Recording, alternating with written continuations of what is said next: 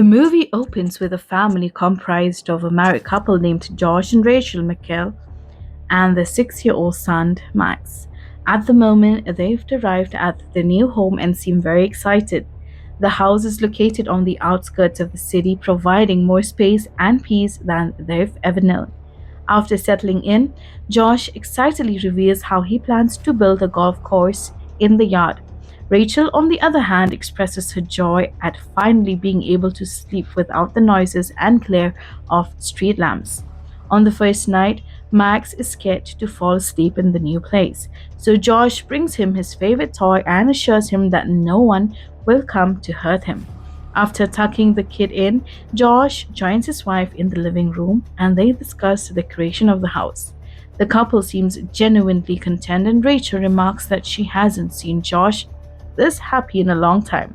They end up making love in the living room, but then the window unexpectedly shatters and a car wheel launches into the room. The couple is horrified to see a car collide with a tree right on their front lawn. The next morning, we see Josh attending a meeting at work, but he struggles to focus when he reads the news about a teen who died last night in the accident outside his home. After getting off work, Josh picks up his son and then his wife, who works as a therapist. On the way home, he shows Rachel the news article about yesterday's accident, revealing the teen driver was drunk. He also confesses that he might be experiencing PTSD after witnessing the event last night and shouldn't have left home. But Rachel refuses to talk about the accident, saying she is too disturbed to even think about it. Later at home, Max is happily playing with his toys on the lawn outside, but Rachel grows uneasy knowing it's the exact corner spot where the car crashed and quickly sends him back outside. Josh, meanwhile, remains unconcerned. Later, Josh is mowing his lawn when he notices the family of last night's victim arriving at the accident site carrying flowers and a cross. Josh immediately hides in the garage and quietly watches as the grieving family sets up a memorial. After they leave, Josh approaches the memorial and discovers the deceased name was Kyle.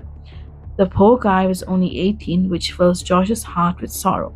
Here, he looks around to see what caused the accident and notices a sharp corner road sign partially hidden behind thick leaves. The next day, we see Josh at work still thinking about the accident and searching for Kyle's profile on social media. His heart breaks even more as he watches Kyle's joyful vlogs and realizes how abruptly the boy's future was cut short. The scene then cuts to the McKell's housewarming party, where several friends and colleagues have gathered. Everyone chats joyfully and congratulates the couple on the new chapter. But Josh suddenly begins talking about the brutal accident that happened on the lawn. He describes in great detail how the driver died, which makes everyone uncomfortable. Josh keeps going and reveals how Kyle was about to graduate and had even received a sports scholarship. A surprised Rachel asks how he knows so much, and Josh claims he read it in the obituary. The guests sense the growing tension and immediately change the topic.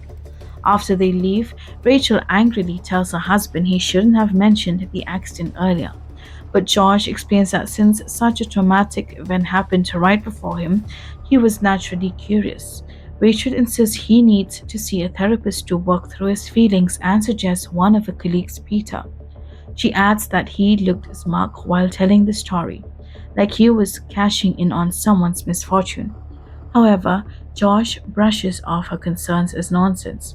The next day, Josh grabs a chainsaw and heads toward the sharp corner signboard by the roadside.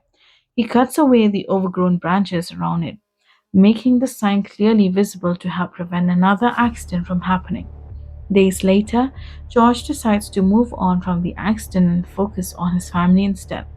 They spend the day at an amusement park and try to enjoy a break from everything. That evening, while Josh is grilling meat, right when he hears this, it turns out that a new accident has occurred when one vehicle violently crashed into another and one of the cars ends up speeding away. After calling 911, a worried Josh rushes to the crashed car and finds the driver badly injured. He begins talking to the man in the hopes of keeping him conscious until help arrives. But the man can't hold on much longer and tragically succumbs to his injuries. Just then, the deceased's phone starts ringing, and it's a call from someone named Alicia. At this moment, the authorities also finally show up. In the aftermath, Rachel insists they can't stay here any longer as all the chaos is frightening their son. However, Josh is distraught by the accident and insists he could have saved the injured man since he was the first on the scene. He also adds that moving out is an overreaction and suggests they install guardrails to ensure their safety. The next day, at his office, Josh connects the deceased man's phone to his computer. He scrolls through the photos and videos and realizes the man had a deep love for golf. Days later, Josh attends the man's funeral even though he never knew the victim personally. He then approaches a distraught Alicia, who turns out to be the victim's daughter, so Josh claims that her dad spoke about her a lot. When Alicia asks how he knew her father, Josh claims they met on a golf course. Desperate to save lives, Josh signs up for first aid class and learns how to perform CPR. He even decides to purchase one of the dummies to practice CPR at home.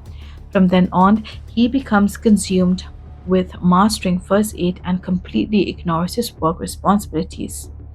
One day, Josh is summoned to his boss's office where he is informed that a team member has filed a complaint about his negligence. He lets Josh off the hook this time but urges him to focus on bonding with his team. That evening, Rachel is bathing her son when she notices bald patches on his head. The worried woman asks if he's been pulling out his own hair, and Max admits he has. The next day, the couple decides to take Max to a psychiatrist to better understand the situation. The doctor suggests that the frequent accidents in front of their home might be causing the boy stress and anxiety. Rachel agrees with this, but Josh argues that their son never actually witnessed any of the incidents and only heard the noise. He then offers to spend more time with his son for a few days, hoping to understand what's really bothering him. Rachel worries about his job and the money, but Josh assures her he can work remotely if needed. In the following scene, Josh skips work and decides to spend time with Max at home. But instead of truly focusing on his son, he keeps slipping away into his room and practicing CPR on the dummy. When Rachel returns home, she announces that she has enrolled Max in a taekwondo class, hoping it will help him manage his anxiety. This upsets Josh, who insists that he has been making real progress with Max and doesn't want anything to interfere with it. But Rachel urges him to keep an open mind. The next day, Max begins his taekwondo class and Josh skips work to accompany him. On their way home, he notices an ambulance speeding past, which immediately worries him. It turns out there has been another accident at the sharp corner right at his lawn, this time even more brutal. Josh tells his son to stay in the car and rushes outside where he sees a woman screaming and begging to save her husband. Firefighters quickly extinguish the crashed car and extract the injured man from the vehicle. As they begin administering first aid, Josh watches with intense interest. He gets too close to the victim, prompting the police to order him to back away. Moments later, a reporter approaches Josh and asks him to describe what he witnessed. Josh explains that while several accidents have occurred at that corner before, this one is by far the worst he has ever seen. Suddenly, he remembers his son is still in the car and rushes to find him. But to his shock, Max is nowhere in sight, and Rachel has also returned home. The couple searches everywhere but can't find their son. In the end, they find Max standing quietly and watching the crashed car out of curiosity. After this incident, Josh finally attends therapy with Peter upon his wife's strong insistence. There, he meets Peter's adorable golden retriever named Drake. Josh then opens up during the session, revealing the trauma from the brutal accident and how Max ended up seeing things he wasn't supposed to witness. He confesses that he holds Rachel responsible because she signed Max up for taekwondo. Josh believes that if there hadn't been a taekwondo class, he would have been at home and could have saved the injured man. A few days later, Josh finally returns to work only to learn that his boss has decided to fire him because the company has lost a major client due to his negligence. Josh grows worried and explains he was dealing with some personal issues. However, his boss refuses to change his mind and admits the decision was not easy for him either. That evening, Josh doesn't say anything to his wife and pretends everything is normal. The next day, Rachel mentions that Max has a therapy session in the afternoon and Josh decides to join them. After the mother and son leave the house, Josh spends the rest of the day practicing first aid on the CPR dummy. He becomes anxious every time he hears a vehicle pass by and stays alert in case something happens. With nothing else to do, he watch videos of car crashes online. Not long after, a pregnant couple pulls up outside the house. Josh greets the visitors and exchanges a brief conversation with them but doesn't invite them inside. Sometime later, Josh arrives at Max's therapy session, and a furious Rachel suddenly reveals that she called his workplace and discovered he no longer works there.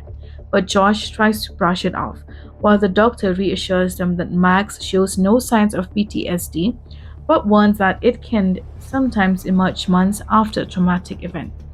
Just then, Rachel receives a call from the realtor and she quickly excuses herself to answer it. The scene then shifts to their home where an angry Rachel is packing her and Max's belongings. She's furious to discover that Josh scared off the potential buyers by warning them about the string of accidents. She's also upset that he didn't inform her about his dismissal from the job. Josh tries to stop her, claiming that the buyers were pregnant and that he didn't have the conscience to hide the truth. But Rachel refuses to listen, and to make matters worse, she finds the CPR dummy. She thinks her husband is a nutjob who actually wanted the accidents to happen. In the end, Rachel storms out with Max, leaving Josh completely alone in the house.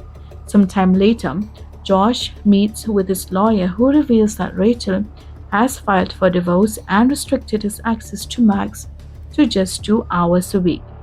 Josh wants to fight for custody, so the lawyer explains that first, he will need to sell his current house and live nearby Max's school. Basically, he needs to prove to the court that Max's safety and well being are his number one concern. Hearing this, Josh agrees and begins preparing the house to sell. When he visits Max, the boy shares how upset he is about the divorce and how hard it is to be away from his dad. Josh promises that once the house is sold, he will find a new place nearby and they will be able to spend all of their time together. Days later, a couple arrives to see the house and is immediately impressed, though they're surprised by the low price. When they ask what the catch is, Josh claims it's nothing and he's just going through a divorce. He reveals he needs to sell the house fast and divide the money 50-50. The couple seems satisfied by the explanation and doesn't ask further questions. Long story short, Josh finally manages to sell the house and video calls his son to share the good news. He promises that he will soon find a new place where they can spend all the time together. The boy gets excited and says he wants a dog like Drake. Upon hearing this, Josh recalls that Drake is the dog of his therapist, Peter, who is actually Rachel's college friend. This realization hits at something going on between them, which worries the poor man. Afterward, he talks to Rachel, who's angry that he's promising things to Max without knowing how the divorce will turn out. Josh tries to explain that he's working on getting his life back together, but Rachel makes it clear she has no intention of sharing custody. She believes the whole situation is unhealthy and insists that Max needs stability, something Josh can't provide right now. The harsh truth stings Josh deeply. After ending the call, Josh loads his stuff into a truck and prepares to leave for good. It is raining heavily, and at one point, he slips on the floor outside but doesn't sustain any injuries. His mind then races with concern about a possible accident, and he keeps an eye on the road every time a vehicle passes by. He even keeps a first aid kit ready and stays by the window all night, but the accident doesn't happen. At one point, Josh grows impatient and is overwhelmed by a desperate urge to take matters into his own hands. He then deliberately sprays the asphalt with a hose, making the road slicker and even more dangerous. But a vehicle soon passes by safely with no accident, which only deepens his frustration. Determined to provoke something drastic, George pulls out a chainsaw and cuts down the sharp corner signboard, hoping to set off the disaster he has been waiting for. After that, George paces aimlessly by the window, silently wishing for the accident to happen. But nothing does. Exhaustion quickly takes over and he eventually falls asleep. And then finally, his sick wish comes true when the car loses control at a sharp corner and crashes onto his front lawn. This becomes Josh's moment to shine and he immediately rushes outside to help the victim. He spots a woman barely conscious and tries to keep her alive by speaking to her. Josh also grabs some tools and begins to pry open the car door with great force. At this moment, a bus passing by suddenly stops and several people rush over to help. Josh urges them to call 911 and after a tense struggle, he finally manages to open the car door and pull the woman out. He then acts like a professional and tries to revive her, but she isn't breathing. Josh pours all of his skill and knowledge into saving her, but no matter how hard he tries, it seems hopeless. Realizing it isn't that easy, the remorseful man breaks down in tears after realizing he may have just killed an innocent woman. Just when all hope seems lost, the woman finally starts breathing again, bringing a wave of relief to Josh. The medics also arrive at this point and commend him from his actions. As the movie ends, we see a proud smile spread across Josh's face as he has finally become the hero he always wanted to be. If you enjoyed this movie recap, don't forget to like, comment, and subscribe to CineSnap for more thrilling movie breakdowns.